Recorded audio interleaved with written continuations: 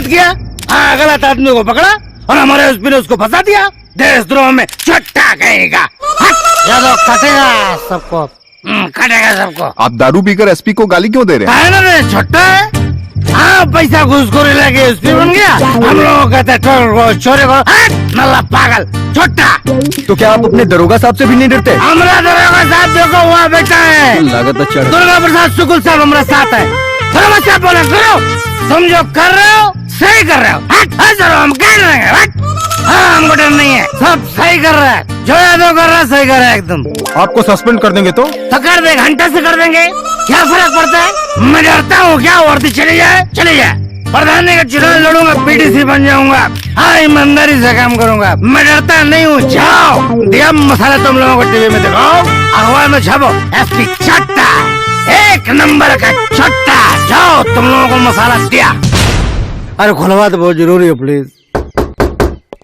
क्या बात हो? अरे साहब बहुत जरूरी है, तनी एसपी साहब से मिलवा दो। बोल दे ना, एसपी साहब नहीं क्या मिली हन, तारा सस्पेंड अरे सस्पेंड तो कैले, लेकिन एक बार मिलल बहुत जरूरी है प्लीज। ना ना जा भैया, तू जा। मिठाई भैया तनी कुछ करवा ना ना कुछ ना होई। जय भगवान। आवा आवा आवा, तो है लोगों ने कमी और रहा। बतासा जी, सुनने में आया कि एसपी साहब आपको सस्पेंड कर दिए। ना ना, हमारा आरती उतारत रहा ना, सस्पेंड ना करिए तो प्रमोशन कर दिए। हे महाराज, ऐसा में हम रोनिया कि तोहन लोग रहा जितना बोलने रहने कुछ दिखाते अलग टीवी में। आप तो बोल रहे थे मैं किसी से डरता ही नहीं हूँ। हे भगवान, तो जब शराबिया पी ले तो ना डराइला, आज शराब उतर जाला तो डराइला गिला। बहुत बेकार आदमी हवा।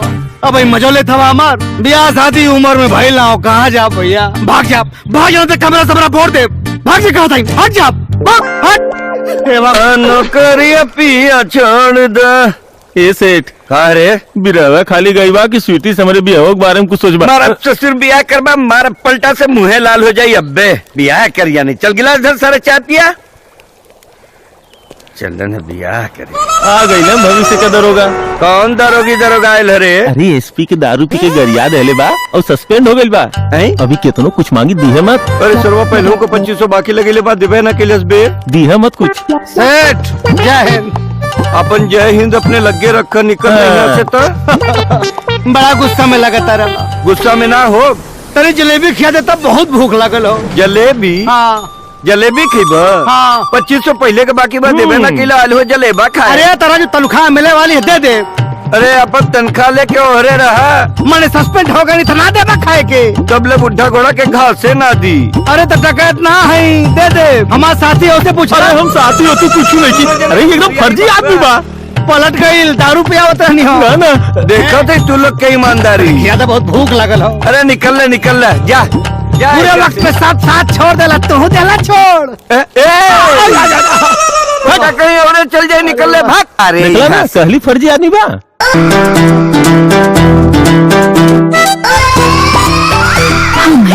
स्वीटी और हमरा के अपन दिलबर के इंतजार बा।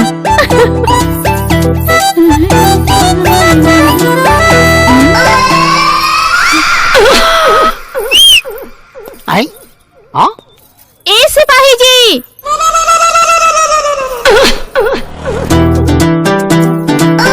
हम अच्छा घर से आई। यो वहाँ से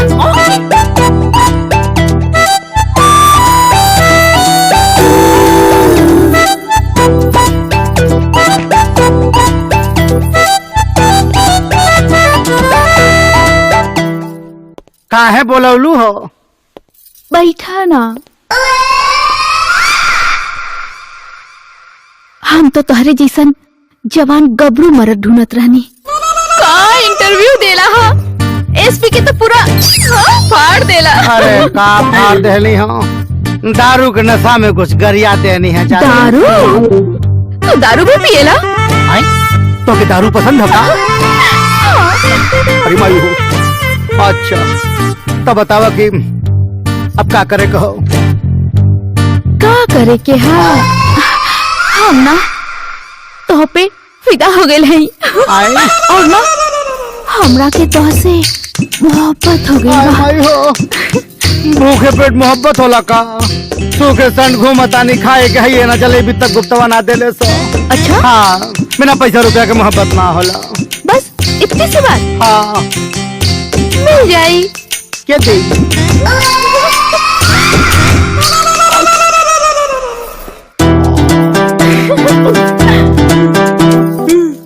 अरे भाई हो। अच्छा सुनो, हाँ, सबसे पहले अपन ये हुलिया चेंज करा। अच्छा। और आज से तार एक ही काम बा, हाँ, हमके प्यार करेके। प्यार? पहले कपड़ा खरीदम, फिर पनीर का पैसा देम, फिर जलेबी खाओ, ठीक बा? अच्छा ठीक बा, ओके बाय बाय। अरे प्यार के करी। Mister Gyanilal Gupta, how you? अरे बड़ा लाल पियर पहन के टहरत हुए भाई। उसके ऊपर मत जाओ। सबसे पहले 2500, तुम्हारे 2500 रुपए का उधार। ये बाकी वाला है? 500 ज्यादा है, उसमें से 250 तुम दोनों टिप ले लेना। जियो से। और सुनो, करे कहाँ से इतना पैसा पागल कि पैसों दे देला से टीपो देता। नौकरिया फिर से लग गई का? नौकरी नहीं, छोकरी मिल गई है। छोकरी? छोकरी मिल गई है। दरअसल उस दिन जब तुम लोगों ने मुझे डांट कर भगाया, मैं बहुत मायूस था। मैं रोड पकड़ कर जा रहा था। अच्छा, जैसे ही गुप्ता रोड पकड़कर गुप्ता चौराहे पर पहुंचा, तो मैं टर्न मारा गुप्ता गली में, और गुप्ता गली में गुप्ता निवास के पास एक खूबसूरत लौंडिया ने सीटी मारी। भाई लौंडिया खूबसूरत थी, मैं ऊपर छत पर गया, वो मुझसे लिपट गई। उसने कहा तुम्हारी खूबसूरती पर, तुम्हारी गबरू जवानी पर मैं मर रही हूँ, तुमसे मोहब्बत करना चाहती हूँ। मैंने भी उससे कहा तुम फिदा हो गई हो तो मैं भी तुम्हें पसंद करने लगा हूँ। हम लोगों ने रोमांस किया, उसने हमें पैसे दिए, और उसने कहा सिर्फ आओ मुझसे रोमांस करो, तुम्हें पैसे ऐसे ही देती रहूंगी। एक मिनट, पेड़ा कैसे है? 300 रुपया किलो। 500 रुपए पकड़ो, 200 रुपए टिप रख लो, और मुझे 1 किलो पेड़ा दो, मुझे बजरंग बली को चढ़ाना है। अरे तो टीप दे। Don't waste time, time is money, money is time, please जल्दी करो। अरे अंग्रेजी मत झाड़ देत है ना, तो लगा के उन्हें आवे। और नौकर तुम खड़े खड़े क्या देख रहे हो? नौकर नौकर नहीं तो क्या मालिक बोलूंगा, गधे। बाल झड़ गए तुम्हारे पागल कहीं के। हाँ चलो मीठा लाओ, फट फट फट फट फट। दरअसल क्या है कि कल 2 बजे का टाइम मैंने उस लौंडिया को दिया है। लौंडिया ने मुझे 2 बजे अपने घर पर बुलाया है, इसलिए बजरंग बली को प्रसाद चढ़ाकर मैं वही। Bye bye. ले निकल यहाँ से निकल। अंग्रेजी बोला था करे कौन ही छोकरी और लवंडिया के बात करत रहली। सुनला है का एड्रेस बतावल से? कौन एड्रेस? गुप्ता चौराहा, गुप्ता रोड, गुप्ता गली, गुप्ता निवास। अरे तोरे भदेली में चाटता। अरे सरवो है बतसवा। हाँ टाइम कितना बतैला सकाल? 2 बजे। 2 बजे? हाँ। कल 2 बजे सारे के रगड़ल जाई जरूर। अरे बतसवा कोर दे तोके।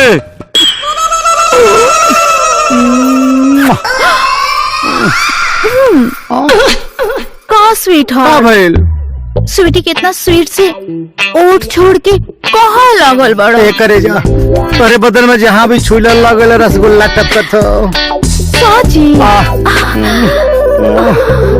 आई तो हर करे जा धलकाता इतनी तेज का है। लगता कि राहु के तू आ गई। राहु के तू? भैया भैया कहाँ आ गए तुहार? अब हम घर के कहाँ छुपाई?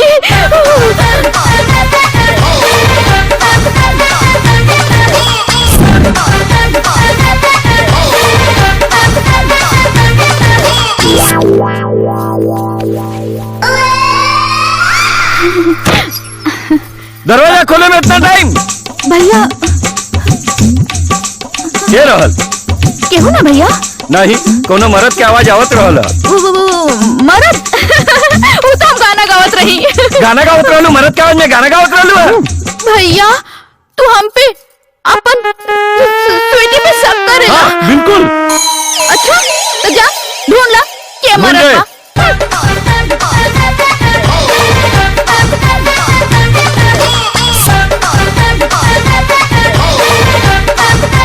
भैया हो गल सब शक दूर।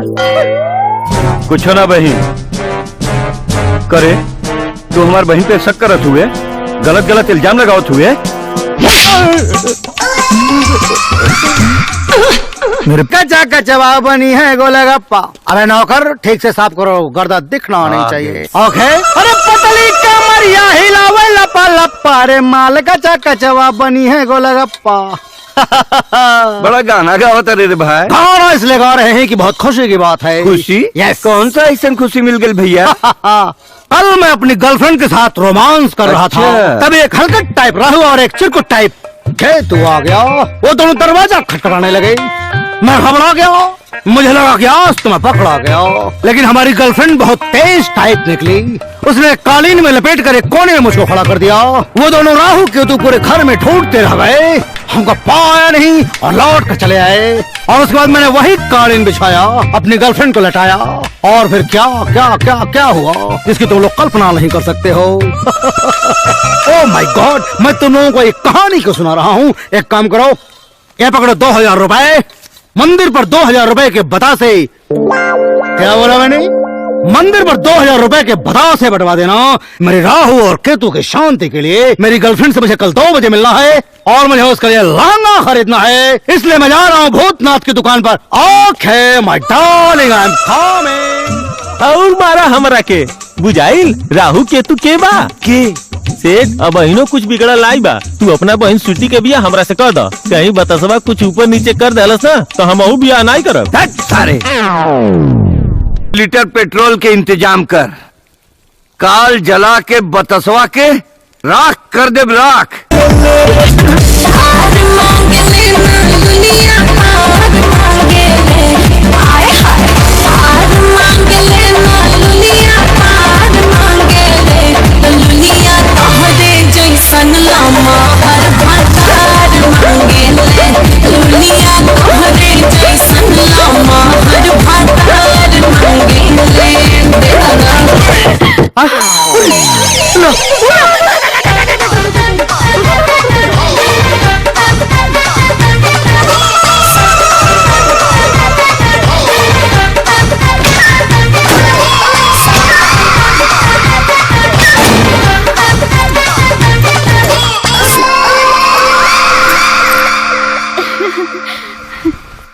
भैया चुप।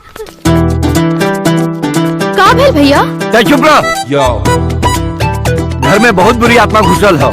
अच्छा आत्मा? आज पेट्रोल छिड़क के हवन कराबो के जलाई, पक्का जलाई। नहीं भैया, ऐसा तो कुछ नहीं बा। बिल्कुल है, बहुत कुछ है। ये क्या कर? अरे जल्दी जल्दी छिड़क, जल्दी जल्दी छिड़क। नहीं भैया, जल्दी जल्दी छिड़क। तो के समझ में आवत हो? कुछ ना समझ में आवत हो। प्यार के भूत चढ़ला।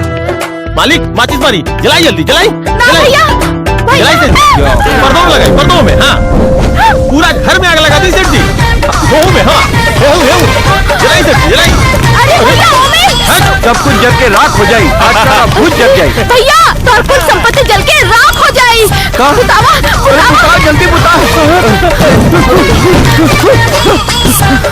पकड़ निकालो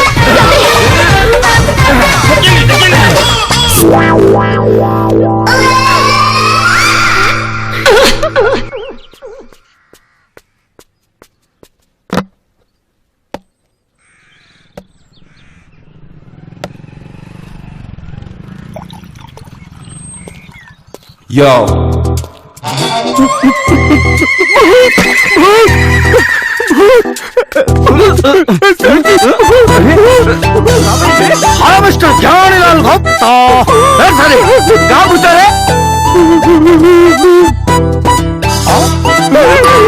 ऐसा होत रहे। अरे मैं बतासा हूँ, बतासा। अरे तू जिंदा कैसे बढ़े? आए? मुझे मर जाना चाहिए था क्या?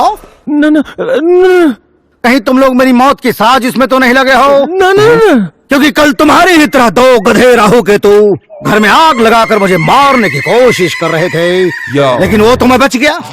मेरी गर्लफ्रेंड खुदा की बनाई हुई नंबर 1 पीस है। जब वो दोनों गधे घर में आग लगाए, मेरी गर्लफ्रेंड ने मुझे संदूक में बंद कर ताला लगा दिया, और ताला लगाने के बाद चाबी आग में फेंक दिया। हाँ, और इसके बाद जब वो जलने लगा तो फिर लड़की ने कहा, मेरी गर्लफ्रेंड ने, देखो तुम्हारी सारी प्रॉपर्टी जल रही है। दोनों गधे अपनी खोपड़ी में लाद कर बॉक्स बाहर निकाले और मैं बच गया। मेरी गर्लफ्रेंड से मेरी शादी होने वाली है, वहाँ आने वाली है। तुम लोग फटाफट 15 किलो मोती चूर के लड्डू पैक करो, हमें मंदिर में शादी करनी है। 1 मिनट फोन करता हूँ। Darling, oh my darling, my sweet heart, my baby, come on, जल्दी आओ, मैं वेट कर रहा हूँ तुम्हारा। ओके ओके।